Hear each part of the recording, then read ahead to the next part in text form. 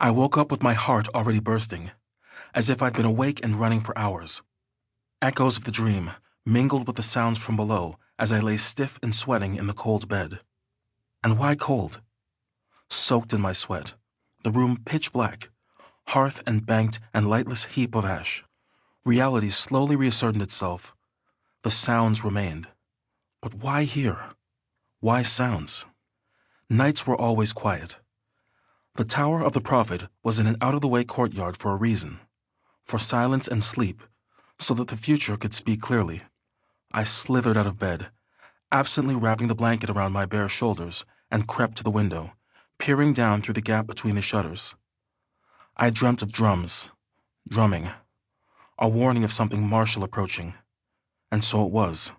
Marching footsteps, iron-shod boots badly out of time, likely due to the near-spherical cobblestones that had long lost their mortar.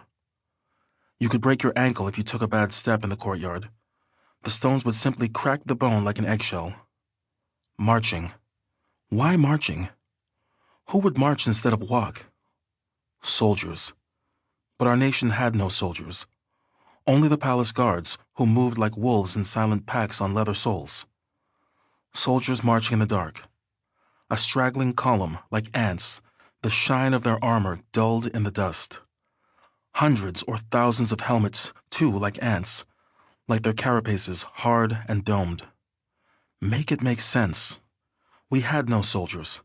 No one had any, not in the whole planet, because they weren't needed, because they weren't allowed. Where had they come from? How had they gotten into the compound? No flag, no insignia, no banners.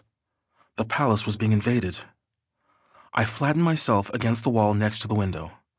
The how and why would not matter once the fighting began, would not affect the fires, the screaming, buildings toppling, blood flooding the ground.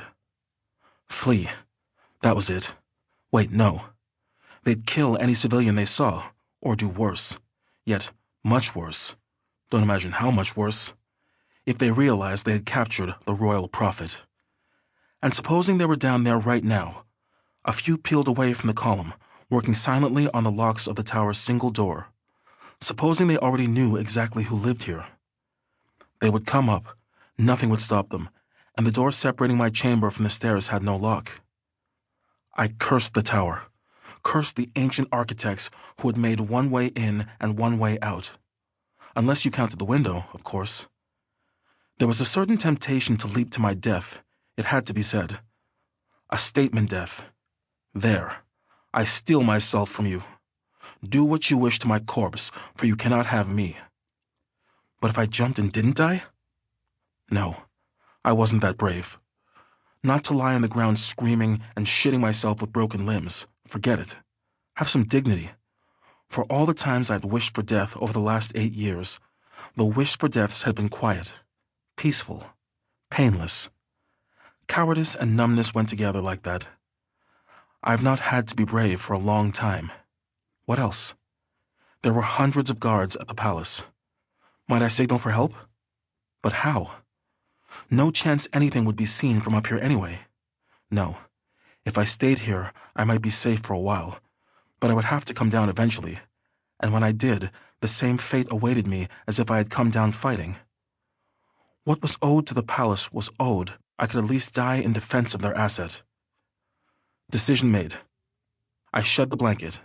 At least let me die in clothes, for God's sake. Cleaned my teeth over the basin, threw on robes, finger-combed oil through my hair and beard, pocketed a handful of protective amulets, which were, as far as I could tell, bullshit, but might be useful in the event of a half-hearted stab in my chest region. Even in the darkness, I knew where everything was. I'd spent so much time in here. There was nothing to do but memorize the place and size and weight of the things around me. Not what I would call mine, but at least the prophet's. Movement in the cage next to my bed. A soft, worried shuffling. And I hesitated at that, but no. I would go down alone, and so die alone. I silently apologized to the cage's inhabitant, and removed my single weapon from its cabinet. The ceremonial crystal dagger used only for sacrifice. It had a fine edge, which might be good for, who knew, one stab in the face before the glassy stuff broke on the soldier's armor. Gingerly, I sheathed it and attached the sheath to my belt.